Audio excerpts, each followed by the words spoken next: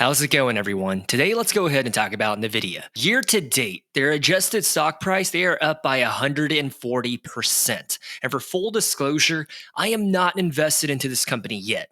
And I'm trying to figure out, should I be? Should I invest into NVIDIA? Let's be honest with ourselves and try to answer the question if NVIDIA is a meme stock or not. So in this video, we are going to look at the intangibles, the finances, and run some valuation models to figure out if it's a delicious or a disgusting dividend stock.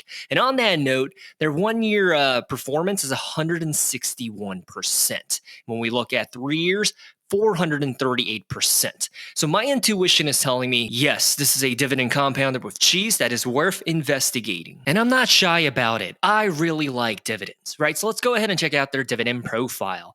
So right now, their dividend yield is currently 0.03%. This is nothing to write home about, but we'll look at their payout ratio. 1.8%, which tells me as an investor that is looking at this company, NVIDIA can absolutely afford to increase this dividend payout of 4 pennies per year by a lot more. However, I'm going to tell you what they do instead here in a little bit. All right, now let's go ahead and look at some numbers and finances. The first metric is going to be the revenue, aka the top line. The bar graph that you see on the top right here is going to be the trailing 12 months, meaning when you look back on the past year, what was the revenue? And then the second one right here that you see in the middle of your screen is going to be the quarterly, or broken down in the past 3 months. So when we look at their history, right? I don't know, let's look at it like right here, 2017. Trailing 12 months, they posted $7.5 billion of revenue. And in that specific quarter, 3 months, they posted $1.9 billion, which is really respectable, a growth of 48% year over year. And as we fast forward, it looks like they struggled a little bit in 2019, but in the pandemic, this is where everything changed for this company. This is where they really started to explode because in 2021, April, their 12-month revenue was $19.2 billion. And for that quarter alone, $5.6 billion. Some companies can't even post $5.6 billion in 12 months, let alone 24 or 36 months. This company is posting those kind of numbers in just 3 months, but it gets better. Stay with me. And as we fast forward, just look at the growth of their revenue. Yes, they struggled a little bit in 2023, where it was kind of flat and went down by a little bit. Last year, they posted $32.6 billion in revenue. And for that quarter alone, $13.5 billion, right? A growth of 101% year over year. And then look at this. My goodness. It goes from what? $32 billion to what? $60.9 billion in a matter of months. And then in April, they posted just shy of $80 billion, which was a growth of 262% year over year. And not too long ago, they posted $96.3 billion of revenue in the past 12 months. And just that quarter alone in July, $30 billion, which was a growth of 122% from the year prior. So it looks like their revenue is going in the right direction, but the growth thereof year over year, it is declining because it looks like for the better part of last year until now, they've been growing at 101% year over year, 205%, and then 265%. And now it's going down to only 122% year over year. Those are still numbers that are just wild and bonkers. And if you are not a visual person that appreciates Tableau and like bar graphs, well, go ahead and take a look at your screen right now. 2014, they posted $4.1 billion. And just take a look at how their top line grew year over year since then. I mean, just look, 2021, they posted $16.6 billion of revenue. Amazing, fantastic. Right? Until you look at this past year of 2024, they posted $60.9 billion. Ridiculous. This is a company that is just on steroids. And now we're going to go ahead and do the exact same thing, but look at their net income. Their net income is a pretty wild picture because for the better part of their history, it's always been, I don't know, up and down, inconsistent. And then as we hit and entered into 2017, that's when the company really just started to ramp up their net profits, right? And as of this past year, they posted $53 billion as their net income. This is not normal. This is a really profitable company that is going through an accelerated growth right now due to demand from their chips from all industries and sectors. And we're going to talk about their business model and their products here in a little bit. And as we scroll down right here, just look at their net income. $440 million. Pretty good, pretty respectable, right? Can we agree on that? This past year, their net income is now $29.7 billion. This is not funny. This is ridiculous. How is NVIDIA doing this? Man, an amazing company. And last but not least, we're going to be taking a look at their free cash flow. Back in 2010, they posted $410 million as their free cash flow, which is pretty good, pretty sweet, pretty cute. And as we fast forward throughout the years, it is growing in the right direction. And in 2022, they posted $8.1 billion of free cash flow, which is good, respectable. And then the next year, it went down by 53%. And I say this, quote unquote, they only posted $3.8 billion of free cash flow, which is still ridiculous and really good. However, they rebounded and recovered because this past year, they posted $27 billion as their free cash flow. And when we look at it broken down as numbers, just taking a look at their free cash flow growth makes me super bullish on this company without even running any of the valuation models yet. It's almost as if we can stop the video right here and say, yes, NVIDIA is a screaming buy. But before we do that, we have to try to understand, what is this company? Like, what do they even do? NVIDIA. Apparently, I've been pronouncing it wrong. Sometimes I say NVIDIA, and other times I say NVIDIA, so please forgive me. Pardon me. And not too long ago, NVIDIA posted their Q2 earnings, and I thought it was pretty good, right? But Wall Street disagreed with me because after they posted their earnings, the stock price dropped by about, 18%, because their forward guidance given on that earnings call was not astronomically higher than what the analysts wanted to hear. Like, their revenue grew by 122% year over year, but they wanted to see numbers that were closer to 200% or even 400%, as we saw earlier from looking at their revenue. That is something NVIDIA could have pulled off, but for them to be conservative and say, hey, we're expecting to grow in the ballpark of about, 80%? Yes, 80%. That's what NVIDIA is forecasting. It's just not good enough for Wall Street. So all that to say, this company is really volatile. But how did they do? What was their Q2 earnings? They posted 68 cents in their EPS. The expectations were 64 cents, so they beat on the EPS. And their revenue, they posted $30 billion, whereas Wall Street expected them to post $28.7 billion. So they beat on the revenue and on the EPS. And not only that, NVIDIA announced that they were going to do $50 billion worth of share buybacks really soon. And that's why earlier when I said you don't buy this for the dividends, this is where I wanted to elaborate on that point. NVIDIA, you buy into for the growth and for the share buybacks. Now, when we take a look at NVIDIA's performance based on their stock price movement year to date, it's up by 147% the past, 9.5 months.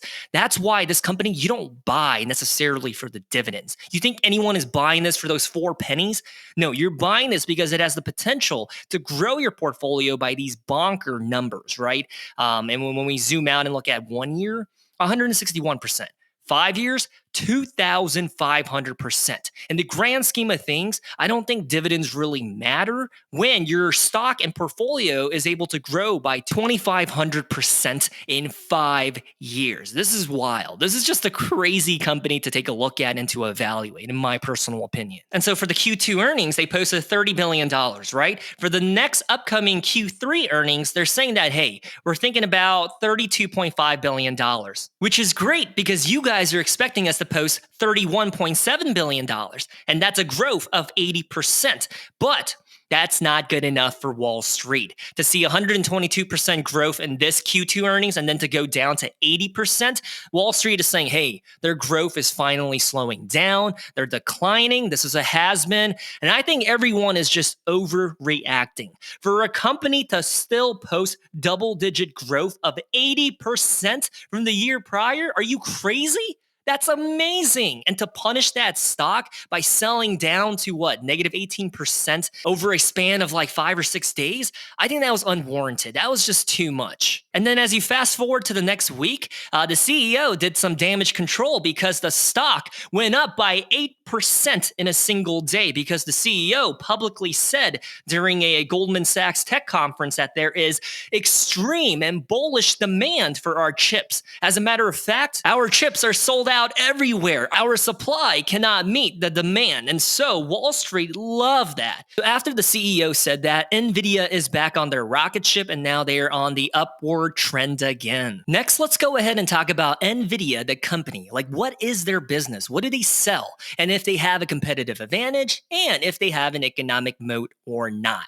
So NVIDIA, the company, they make chips for computers to make it operate to its full capacity. The best way that I can describe it if you are not a tech type of person is think about supercharging or turbocharging a car so that its output, its torque, can be stronger and faster. That's what NVIDIA basically does to computers. So they make chips that help AI process more data in less time with their Blackwell series. And if you know anything about AI, it's based on learning and modeling, and that takes a lot of data. And NVIDIA chips help our computers to process that much more information in a shorter amount of time. Next, they also make chips that help data centers to be optimized, and those chips are a part of their Hopper series. They also make chips that help video gamers play at maxed out settings, not on medium, not on high, but on ultra or the highest settings. And that's a part of their GeForce series. And by the way, that GeForce series also comes in clutch for people that are into crypto mining. There's people that will have like 20 computers set up and an NVIDIA chip inserted into each one of those 20 computers that helps them do cryptocurrency mining. And on a more personal level, NVIDIA chips help video editors or photo editors like myself to use CUDA to render files faster. I can't even begin to tell you how amazing NVIDIA is for a YouTuber that is always editing video files. And when we think about their economic moat, I just want to sum it up by saying this. They absolutely have an economic moat beyond a belief. Their closest competitor that I can think of that can even come close to what they're doing right now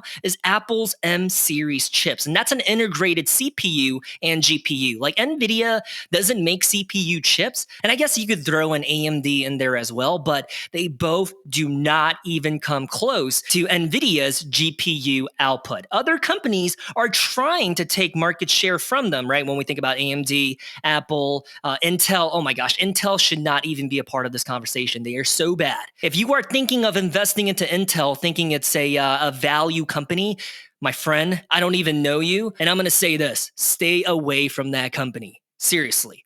Intel is not it. So when we think about NVIDIA chips in their respective categories, they tend to be best in class, right? NVIDIA makes the best pound for pound GPU chips, best chips for AI, best chips for data centers, and CUDA is proprietary tech to NVIDIA, which means AI learning models that utilize CUDA will only run on NVIDIA GPUs. Only. It's set up that way. So I think that's an economic moat beyond belief, right? So AI companies will only partner with NVIDIA in this regard with their AI. And that's why everyone is hyping up NVIDIA with AI because some of their technology can only be utilized with NVIDIA. But when we invite the ugly guy into the room and he wants to talk about the heads up, concerns in the bear case, well, think about this. There's other chip makers that are working very hard right now to develop products to be better and to compete with NVIDIA. It's not like the rest of Silicon Valley is just sitting there with their pants hanging down on their ankles and saying, well, there's nothing we can do. No, they're actively working really hard right now to get onto the level and scale that NVIDIA is. However, as of this moment, NVIDIA has 80% of the GPU market share. That's wild, which to me, in my interpretation, that's almost monopolistic behavior. But they're not going to be 80% forever. Of course, the bulls will say like, hey, this might jump up to 85% or even 95%.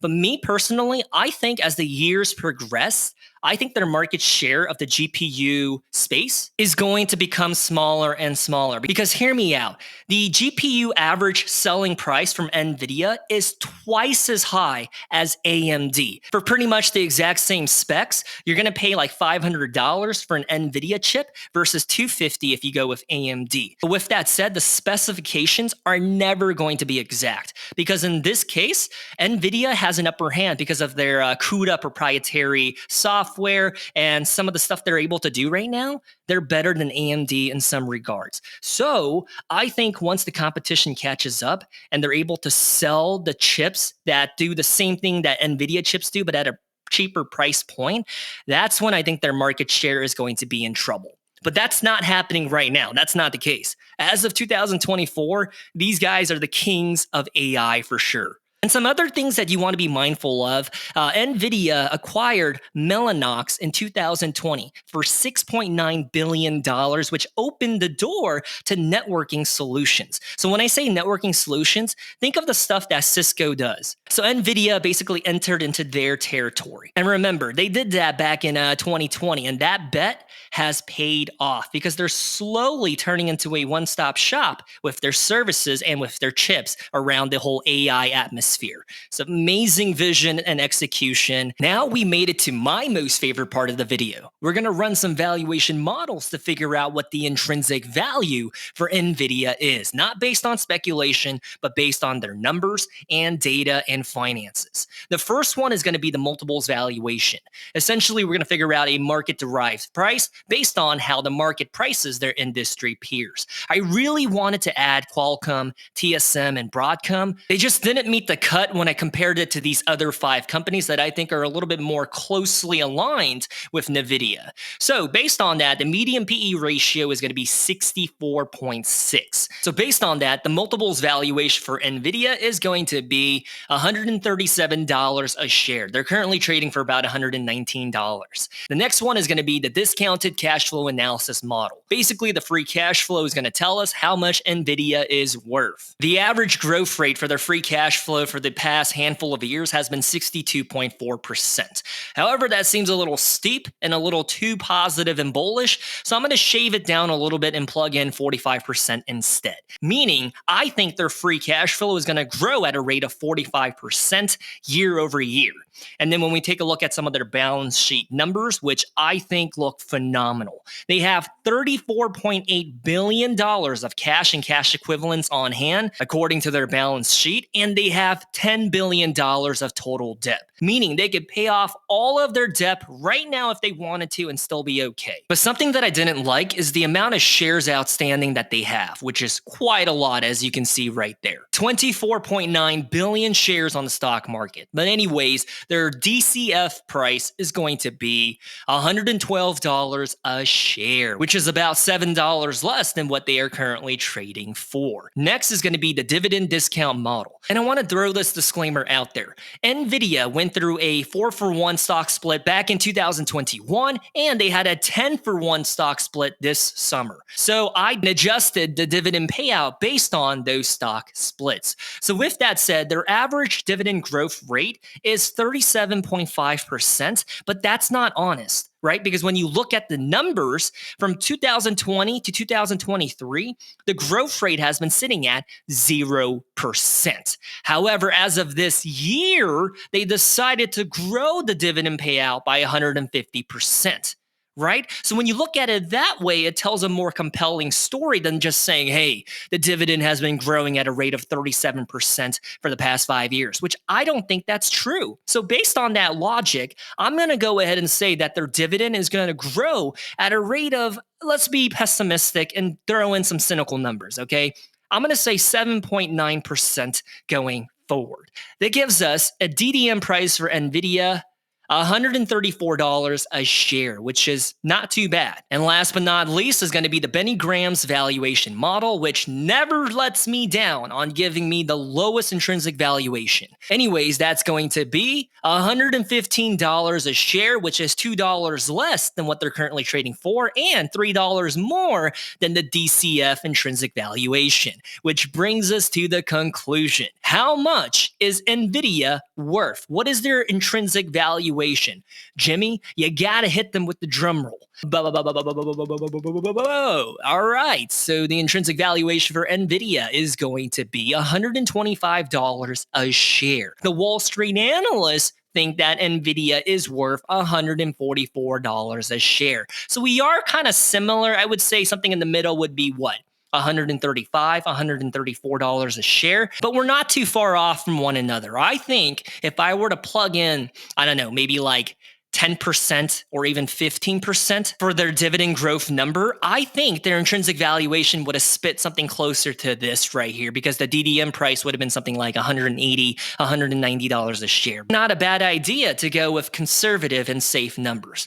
So now I'm trying to figure out what is an acceptable buy price for NVIDIA based on everything that we saw here today. Currently trading for about $119 a share. If I were to bake in a 10% margin of safety, meaning that's the rate I can expect in a safe and predictable and perfect world. But anyways, with a 10% margin of safety baked in, then my acceptable buy price is $112 a share. With something as volatile as NVIDIA, I might need a bigger margin of safety, right? So I'm going to go ahead and say, I don't know, 20%. With a 20% margin of safety, then I'm looking at NVIDIA when it hits about $100 a share. And if I were to plug in that number that's in between ours and Wall Street of $135 a share, then the acceptable buy price with a 20% margin of safety baked in is $108 a share. With 10%, then it's $121, which means if I were to buy in right now at $119 a share, then I would get a $2.50 discount to their acceptable buy price. All right, so at this point, what are my thoughts and opinions on NVIDIA? Well, I don't think NVIDIA is a meme stock, because after looking at its finances, fundamentals, and growth in all metrics year over year for the past like 3 to 4 years, this company is actually high quality. This company has a bright future, in my personal opinion, at least for the next 5 years or so, because things are always changing, things are always evolving. Maybe in the next 10 years, they won't be the throne of AI, but as of right now, they are the king and queen and the servant and your wife's boyfriend of AI. This is one of those companies where the hype is absolutely validated by their numbers. If the numbers were not there and NVIDIA was not profitable, then this would all be speculation. But they back it up with solid data. So I'm personally going to... Ooh, this is tough. I'm personally going to buy into NVIDIA when it reaches $99, $100, or even $101 per share. After looking at their technical indicators, that's the price point that I think is the most attractive. I know we did the margin of safety and everything, but this stock and this company is just really volatile. And I say those numbers based on their stock price movement on August the 7th, on August 28th, and on September 6th, when the stock went through their usual volatile waves, aka massive sell-offs. This isn't a company where their stock trades or moves at about plus or minus 1% for the day like Apple usually does. No. On the other end of the spectrum, NVIDIA goes up or down by 8 to 9 to 10% on a single trading day. For most people, what they're looking for in 365 days is to at least hit 8 to 9%. Right? That total return, they would be happy, especially booger heads that are all about index investing and they don't care about dividends. But this company gets those returns on a single day. So with that said, on those 3 days, which were very recent, NVIDIA went through an overreacted sell-off and bounced off their line of support, which is on the lower Bollinger Band. So it tells me if NVIDIA goes through another mini sell-off in the next week or so or next month in the near future, I should be able to snag it at that price. If I can buy into NVIDIA at $100 a share, I would be pretty happy. And I'm saying that because, for full disclosure, I do not own this stock yet. I used to, right? I bought into it, I think, back in 2019. And when my investment was up by 100% or so, I sold out of it. And that was like back in 2020 or 2021. And I thought I was smart for pulling the trigger with a 100% gain. Had I have just held on to this company, I would have been up by almost 1,000%. But that's neither here or there. And that's why my philosophy is always evolving and and maturing. And I'm learning that with high quality dividend compounders with cheese, it would behoove of me to just hold on. Back in the day, I was so haste to sell and seize my gains, but if I would have just held on, my gains would have been bigger. So it's just one of those lessons where you live and you learn. But if on the other hand, if I'm not able to buy into NVIDIA at $100 a share, I'm also considering the idea of just dollar cost averaging into NVIDIA during its red days. So like when it goes down by like -3% or -5%, or when the entire market goes down and NVIDIA is also down by a few dollars, that might be my opportunity to grab a share or two. And I say that because in the past like 3 or 4 years, I did the exact same thing with Google, with Meta, with Amazon. And in the long run, I'm talking about in the span of like 2 to 3 to 4 years, I came out on top. I came out okay, regardless of how much it was trading for on a particular date or for a particular price. In the long run, these high quality tech companies that pay a dividend, they end up doing more than okay. And besides, we just reviewed their data, so it seems like they're going to be in the green for the long run, contingent upon them posting double-digit growth numbers. I don't know if they have it in them to post, 190% year-over-year growth, but if they continue to post like 85% or 90% year-over-year growth, and if it goes down to like 25%, I still think that's good. For any other company in the stock market to be up by 25% year over year, that company would explode, right? And so it just tells you about the stock market and Wall Street's expectations upon this company. And that's why it's trading at a premium multiple. When I say that, I'm saying like this company does not have a 20 PE ratio or even 15.